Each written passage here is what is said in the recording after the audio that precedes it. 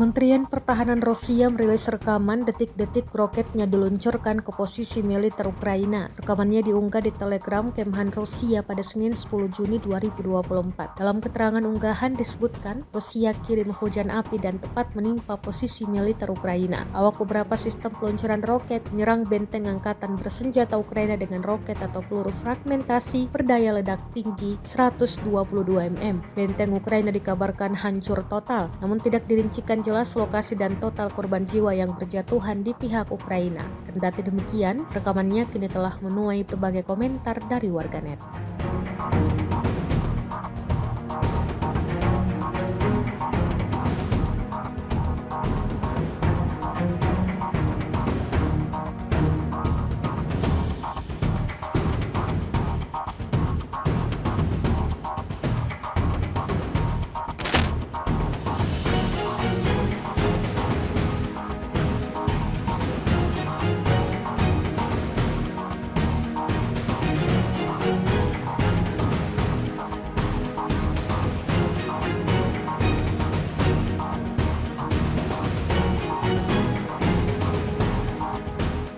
Download Tribun X sekarang, menghadirkan lokal menjadi Indonesia.